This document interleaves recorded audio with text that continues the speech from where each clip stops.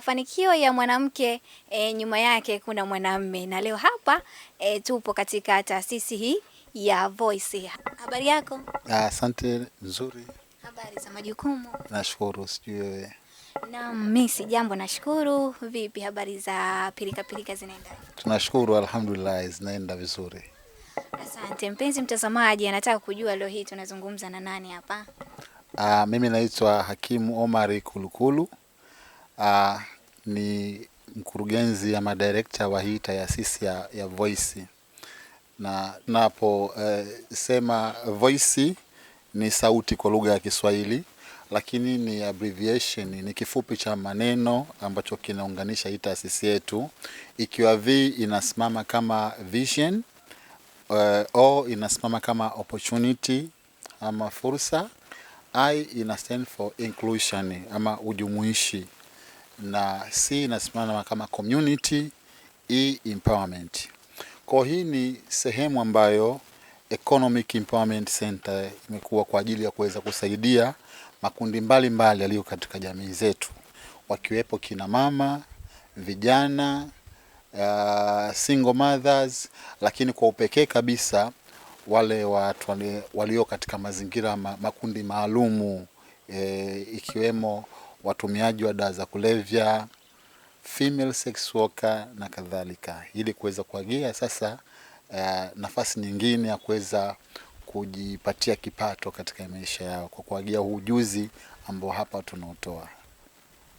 Asante sana. Taasisi hii inajishughulisha na vitu vingi tumeona, na moja kati ya ambacho kinajishughulisha ni kusaidia kina mama.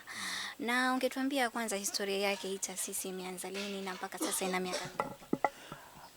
Hii taasisi mpaka kwa muda huu sasa hivi tuko na miaka 5, lakini kwa sababu ndo sehemu ambayo tulikuwa tumeanza, kwa sababu kiuhalisia mimi mwenyewe ninaongea hapa ni recovery addict.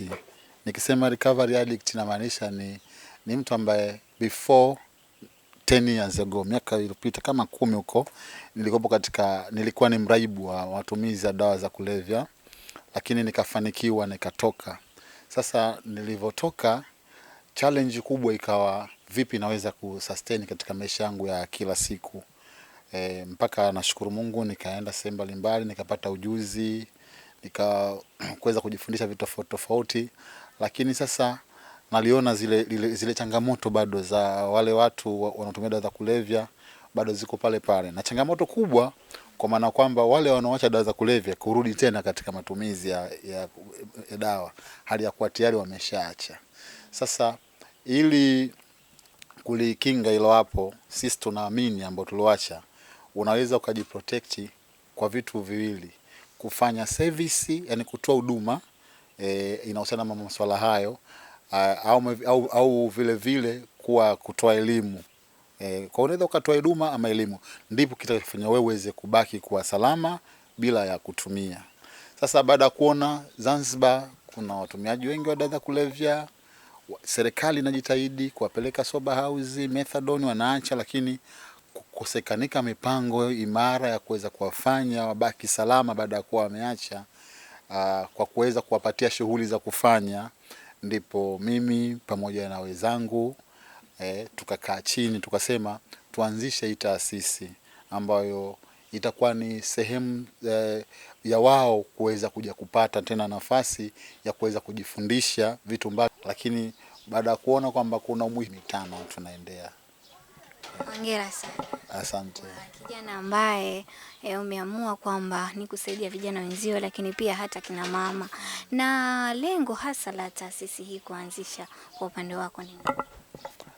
Lengo la kwanza ni kutoa ujuzi, kushare zile idea ambazo tuko nazo, kuwasupport kina mama zetu wengi unakuta kama hivyo, asilimia kubwa wajane, umeona, ama waume zao wameshakuwa wazee, kuna masingle mother wamenini. Kwa hiyo na waona maisha yao, na sisi tunalelewa na mama zetu. Mimi mama yangu ni mjane tangu mwaka 96. Naona jinsi anavyohaswa mazingira yake yale pale. Kwa hiyo tukasema kama tutapata eneo maalumu la kuweza kuweka chini, tukawafundisha ujuzi mbalimbali ambao tuko nao, na hususan kwa mfano kwetu sisi huku tuko mkoa wa Pwani huu, eneo la Pwani ambapo kuna huduma nyingi za kitalii zinazopatikana, na kama hivyo kuna mazao ya mwani na mambo mengine. Kwa hiyo kama watakuwa na space ambayo wao itawafanya wawe huru kuweza kufanya mambo yao, kukaweza kuwepo watu tofauti tofauti wa kuweza kuja kutoa elimu, basi na wao itaweza kuwapush kidogo kupata ujuzi, lakini kupitia ule ujuzi wataweza kupata kipato kitakachoweza kuendesha maisha yao na kuweza kuzimudu familia zao, kuzihudumia. Hongera sana. Hii inaonyesha kwamba kina baba wanaunga mkono kina mama. Unajua wanawake tukiwezesha tunaweza, na kina baba hawako nyuma kutuwezesha. Hongera sana. Na umesema kwamba mnasaidia kina mama. Labda kina mama mnakuwa mnawapa elimu. Elimu gani ambayo mnaitoa kwa kina mama?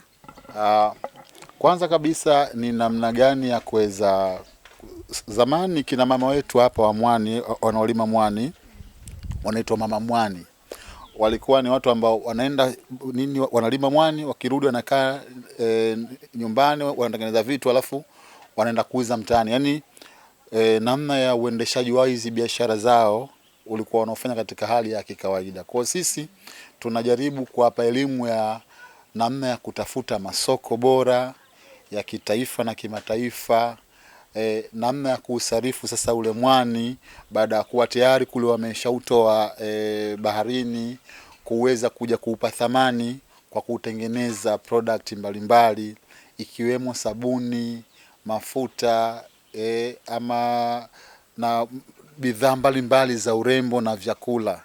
Kwa hiyo hizo ndio elimu ambazo tunazowapa kina mama, lakini vile vile tunawapa elimu za masuala ya kifedha, namna gani ya kuweza kutunza fedha, kubudgeti na vitu vingine. Lakini vile vile tunawapa elimu ya counseling kuwaweza ama ushauri nasaha, kwa sababu na kama binadamu tuna mambo mengi yanayotuzonga huko kwenye familia zetu na nini, lakini tunapokuwa hapa huwa tunapata at least muda kidogo wa kuweza kupiana elimu ya afya ya akili ili tuweze kuwa sawa na kuweza kuendelea na huduma zetu zingine na maisha yaweze kwenda sawa. Na hapa kwa upande wa kina mama wanahitaji saa hii elimu ya afya, maana unajua tena kina mama katika harakati hizi hakosekani na changamoto. Na mpenzi mtazamaji wa Sunet TV, kipindi hewani ni mwanamke imara. Kumbuka leo hii tupo hapa katika taasisi ya Voice, ambayo taasisi hii inashughulika na masuala mbalimbali ya kutoa elimu kwa kina mama, lakini pia hata kwa vijana.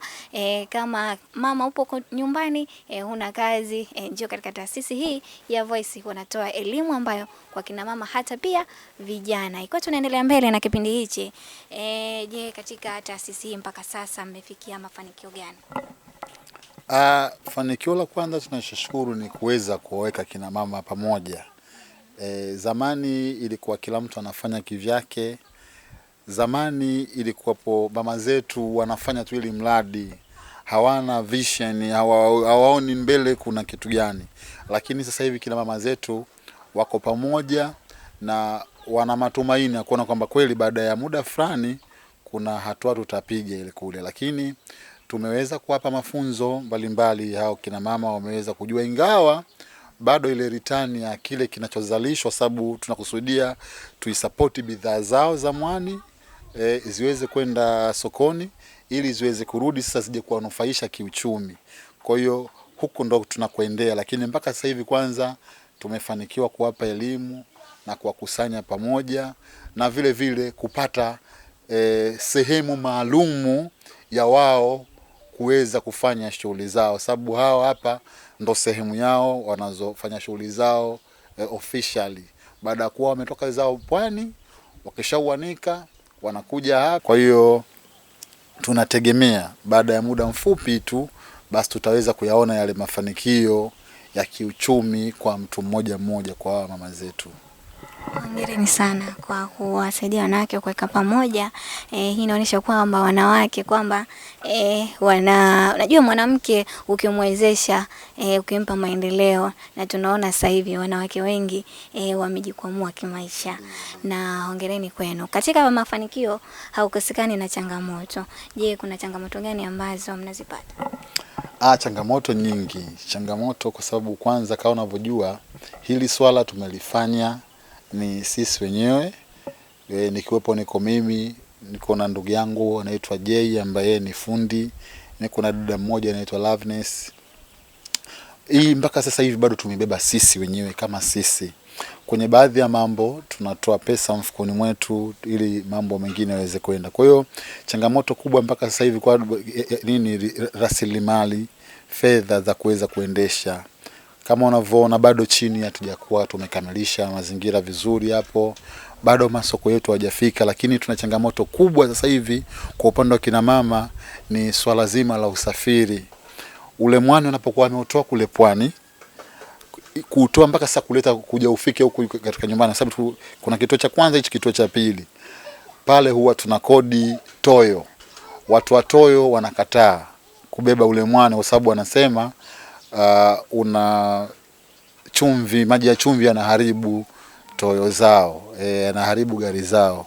Kwa hiyo imekuwa ni changamoto kubwa sana kutoa mwani mpaka kuja kuleta hapa kufanya kazi, lakini vile vile umbali baina ya kutoka kule mpaka hapa, umeona kwa kina mama zetu bado hiyo ni changamoto.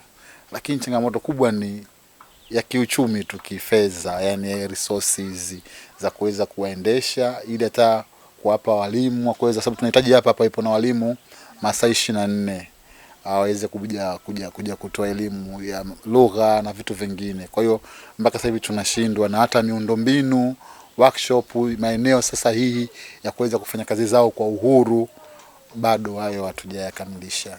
Je, kwa upande wa soko lipo? Soko lipo, soko lipo sababu biashara ya mwani soko lake kubwa ni la kimataifa, ingawa sasa hivi tunaona nao watu wa ndani nao wameanza kuhamasika katika matumizi ya mwani. Sisi tumekuwa tunafanya masoko katika maeneo haya ya kiutalii. Kuna market zinaanzishwa sehemu mbalimbali mwisho wa mwezi na mwisho wa wiki. Kwa hiyo tunapoenda na bidhaa zetu sokoni, tunashukuru Mungu huwa zinatoka, lakini si kwa kiwango kile ambacho sisi tunachokikusudia. Kwa hiyo kwenye masoko lengo hasa ni kutafuta soko kubwa la nje ambao tutaweza kuwa tunauza kuanzia kilo 100, 200, 500 mpaka 1000. Kwa hiyo tunaenda vizuri, hatujakata tamaa, lakini ingawa target yetu hasa ya masoko bado hatujafikia. Na kwa yule ambaye anataka kuja kushiriki, unajua kuna mama wengine wanafanya biashara ama wanataka kupata elimu, lakini pia kwa upande wa vijana. Je, sifa zipi ambazo pengine labda mnapokea hapo, taratibu upoje? Sasa hapo kwenye upande wa kina mama, kwenye upande wa vijana, kwenye upande wa vijana sisi ni yule yeyote ambaye yuko tayari, ana changamoto, yuko tu mtaani au hata ana fani yake, lakini anahitaji kujua kitu fulani, kwa sababu hapa tunafanya vitu tofauti tofauti kama hizo batiki, sofa set, furniture, sabuni na mambo mengine. Kwa hiyo kwa yule ambaye yuko tayari anakuja tu hapo, kuna form maalum anazijaza na utaratibu mwingine, basi anaanza. Hatuna masharti mengi sana, yani utayari wake mtu yeye mwenyewe kuwa tayari, na kwa sababu kuna baadhi ya vitu ili uweze kufundishwa lazima uwe na material na nini. Kwa labda anaweza toka afuriko na material yake, anaweza akaja yeye. Kina mama Asa kwa upande wa kina mama nao vile vile tunaangalia naye anatakaje katika sekta ipi. Anataka kuja katika sekta ya mwani. Kwenye sekta ya mwani kuna kina mama wenzake kule ambao tayari tumeshawagawa magrupu. Kuna wale ambao wanashughulika na pwani, kuna wale ambao wanashughulika na kusaga ama kuandaa ule mwani, kuna wale ambao wanashughulika na kusarifu ule ba kutengeneza sasa kufanya bidhaa.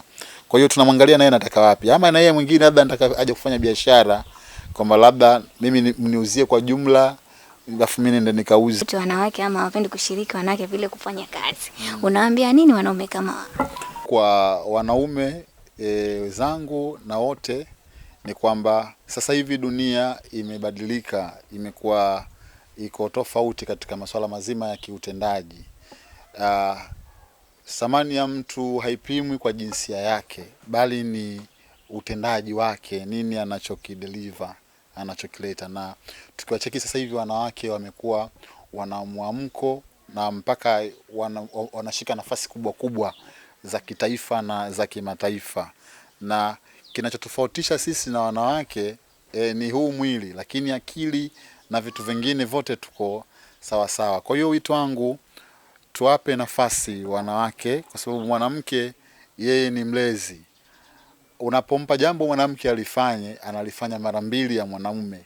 Analifanya kama mama mlezi na analifanya kama mtendaji.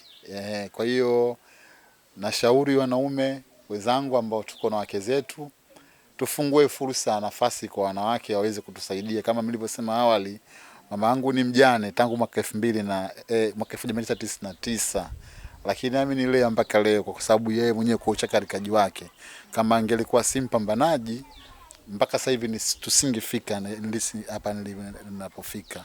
Na tuna shuhuda maalumu kwa hapa Zanzibar na sehemu nyingine kwamba wanawake wamefanya mapinduzi makubwa, wameanzisha taasisi ambazo sasa hivi zinasaidia si tu wanawake bali mpaka wanaume.